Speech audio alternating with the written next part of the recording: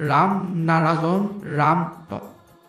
মই এই কথাবোৰ বাৰম্বাৰ কৈ থাকোঁ যাতে তুমি হতাশা নিৰাশাৰ মাজত নাহুচি নপৰা, যাতে এই কথাবোৰ তোমাৰ মনত গাঁঠি বহি থাকে। লোৱাদিজৰ মাজত থাকিলে বৈষম্যৰ সৃষ্টি সহজ কিয় দিব পাৰিছে, কিয় দিব নোৱাৰিছে। এটা আশ্চৰ্যকৰ পৰিস্থিতি সৃষ্টি সহজ। তাৰোপৰি এনে অৱস্থা সৃষ্টি নহওঁতেই ভাল। তোমাৰ সৈতে মোৰ এটা চুক্তি হৈ আছে, তোমালোকে কিবা এটা দিব নলগিব, কেৱল মোৰ সৈতে সম্পৰ্ক ৰাখিব লাগিব। মই তোমাক গাৰাণ্টি দিছোঁ যে মই তোমাক সেই স্থানলৈ নিশ্চয় লৈ যাম।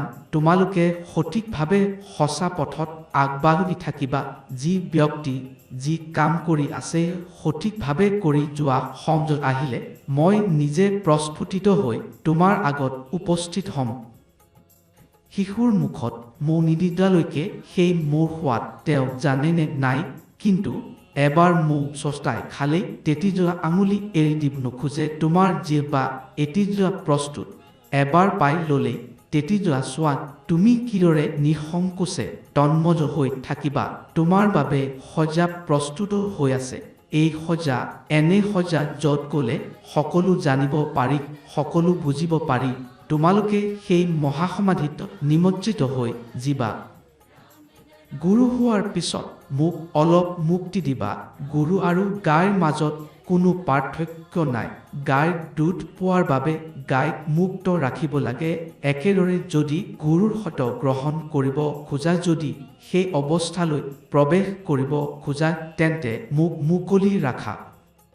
মোক এই সাধাৰণ ইচ্ছাৰ বান্ধত বান্ধি নৰাখিবা। প্ৰতিদিনে শতাধিক বাধা বিপত্তিৰ কথা আহিলে কিমানটো সমাধান কৰিব পাৰি সেইবোৰ পভতিও নোপোৱা হ'ব। তোমালোকে মোক পেটৰ বিষ আৰু জ্বৰত নাপাতিবা। সকলো কৰিব নোৱাৰি যদি মই প্ৰচেষ্টা কৰিলোঁ, কিন্তু কিছুমান মানুহ আঁতৰিলোঁ, তেন্তে ভাবিবা নালাগে যে গুৰুদেৱ কিছু নকৰিলে। মই কি তোমাৰ পৰা 50 টকা লৈছোঁ নে তোমাক কোনো ক্ষতি কৰিছোঁ নে?